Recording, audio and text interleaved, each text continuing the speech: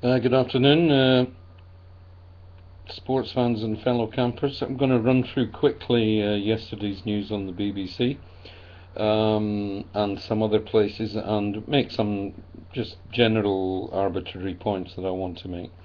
The BBC started with a kind of insipid article on the Egypt problem. And I followed up on that today. RT are reporting that Muslim Brotherhood uh, followers are reporting that thousands have been killed in the recent atrocities committed by the Egyptian military now. And one has to wonder that the military's being Western ran to because they want to lean on the Muslim Brotherhood. Notwithstanding that the army taking over from the Muslim Brotherhood was, I thought, a good thing, because they moved the goalposts after having been elected. You can't do that. But for the army now just to turn on the Brotherhood, it appears willy-nilly, and kill hundreds of them, as ITV and Sky and RT all report. But the Brotherhood people are saying thousands. So that's just a quick view on that there. BBC also did an article on, or a news item on unemployment being down. Great stuff. It's down to 2.51 million. That's BBC statistic, or that's the statistic they announced. The most badly hit are young people, and I can, although I am unemployed myself and obviously a bit of an old geezer, I do feel very sorry for the young, because they are, of course, being stiffed by this government. And if the government should change in a year's time or 2 years, whenever the next general election is, that situation won't change, because whoever's in power will continue to stiff the young. And I'm very upset about that.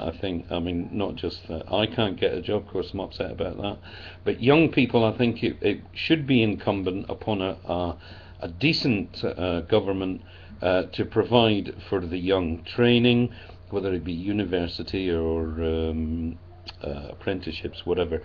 Get young British people into work, buddy, and stop people like Bexley Council, for example, employing foreigners on road beautification projects that they've done recently in Bexley Heath Broadway.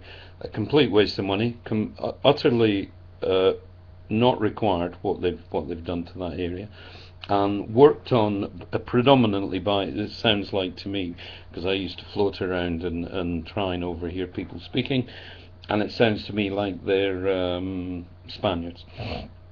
And that's badly out of order, 2.5 million Brits out of work, signing on, getting dole in this country, and Tesco's, as I commented on a couple of days ago, and Bexley Heath that we know of, and loads of other people, of course, employing foreigners over Brits. It's unacceptable. BBC also mentioned that there's a cure for cancer now, or they're on the verge of discovering a cure for cancer. I personally believe that the cure for cancer is sitting on a shelf somewhere. It's been there for a long time, but there's no money in health. There's no money in health. Now, what else have we got here? The London News of ITV last night also commented on the unemployment figures being up for the capital, and again commenting that the worst affected are the young. Sky, at exactly the same time, they led with an article concerning one of their cameramen who's died. That's very sad, of course, and we don't wish anyone any harm. But with hundreds, possibly thousands dying in Egypt, I can't see how you would lead with that story, even if he was your own guy.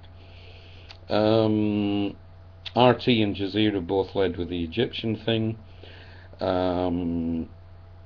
ITV London News, come back to ITV London News, they led with an interesting story concerning an NHS hospital up in an area north of London called Whipps Cross. It's apparently unfit for purpose, and but the one of the top guys assures us that everything's going to be okay, and they're going to run through a checklist and make sure it's all functioning properly. And what I just say to that generally is it's a load of bollocks. Hospitals are failing in this country. It's deliberate. Government doesn't give a damn. We'll all be having to make the choice in the not too distant future of having to pay for medical treatment if we can afford to, of course. The alternative to that will be to die, and all I can say on that is I hope they give out the horse pills, because I'm putting my name down for a double dose, and because it's just getting beyond a joke.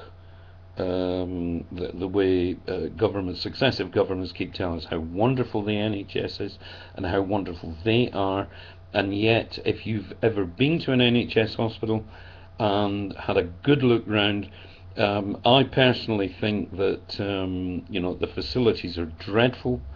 The people who work within the NHS, the nurses, doctors, consultants, registrars, etc., all these, the ones I have come in contact with for the most part, all these are excellent, wonderful people, but they're all just part of the stiffing process by successive governments. Now, just a minor item on ITV London News. They showed that idiot Miliband wandering around. I've not really watched him speaking ever, and I watched him yesterday commenting on how he had been pelted with eggs by some geezer. That's not appropriate behaviour. You got something to say it. Don't throw eggs or tomatoes or punches or whatever at politicians. You got to stand up and speak. Even if they don't allow you to speak, they don't like you speaking, of course. But that's what you've got to do. You cannot pour into these people with eggs and tomatoes, because they like that. That gives them the excuse. They grab hold of you, they batter you, knock you up, say he's scum, he's filth, and you can't argue with that, because this is not the way to demonstrate. Miliband, as far as I'm concerned about him, he looks like a complete magoo, and should this country vote him back in, which I wouldn't be surprised if we did in a year or two's time, although I won't be voting for any of those turds, none of the big turds. I will never vote for any of those big shitters.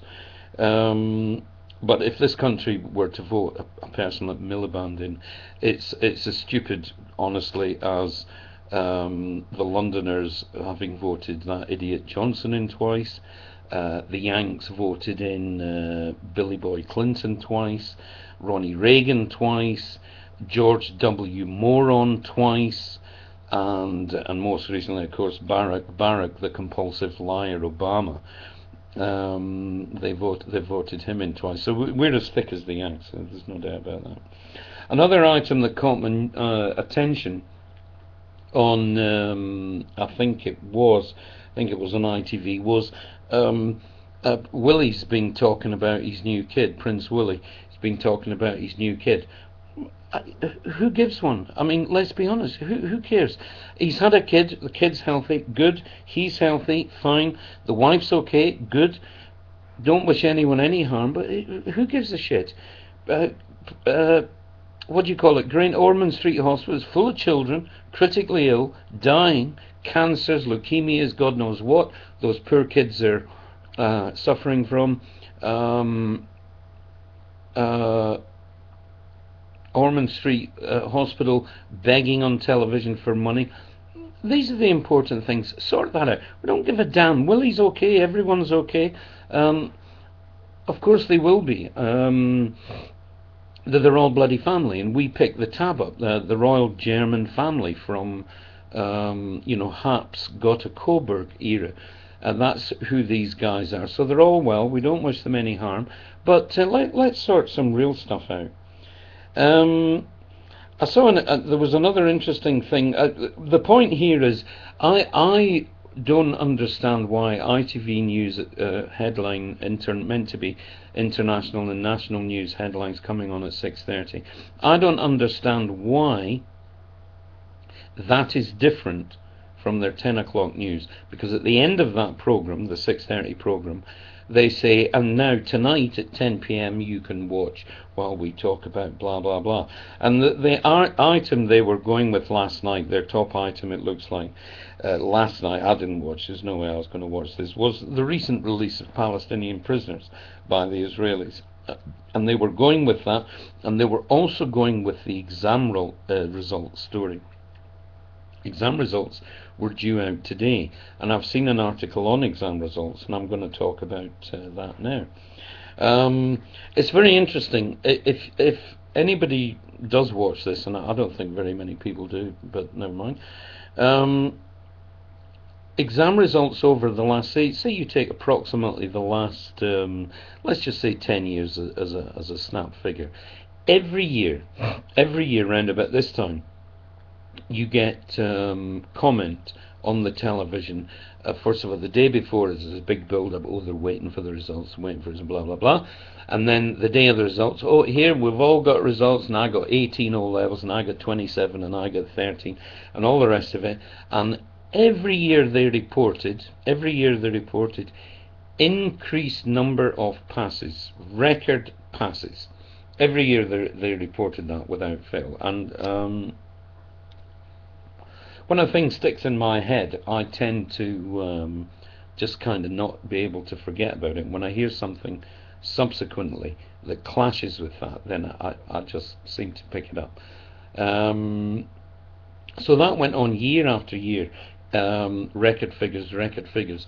But interestingly, and this was also an annual phenomenon, round about October, November, December time, there'll be stories in the papers and in the press that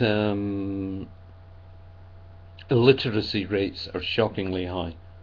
Most kids leaving school at 11 can't read and write properly. They don't have basic arithmetic skills. Well, you know, there's something wrong somewhere. There's something wrong with one story's obviously a complete load of cock.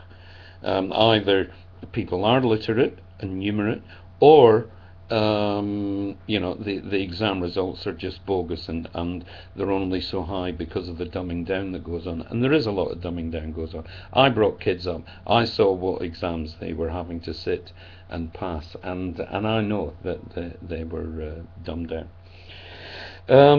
Staying with this exam thing, now the picture's changed a little bit today. They're not announcing record pass levels. In fact, they're stating that overall super duper grades are down, and for the second year running. But the number of university places confirmed for this year's A-level students, those are up. So it's like saying everything's hunky-dory but in a slightly different way. But look out for the illiteracy article in months to come. Look out for that, because that will happen. Now I'm going to close for now, and I might be back, because I want to talk, at some stage I want to talk about general news reporting and other stuff. But I hope if anybody does watch this, that if they have a comment, then leave your comment. And naturally, you don't need to agree with me. That's not what this is about. This is exactly about something else. Oh, and I've just seen something on the television, and I'll talk about this later. Why are 7Cs doing help you get pregnant medicine? Answers on a postcard, please. Goodbye for now.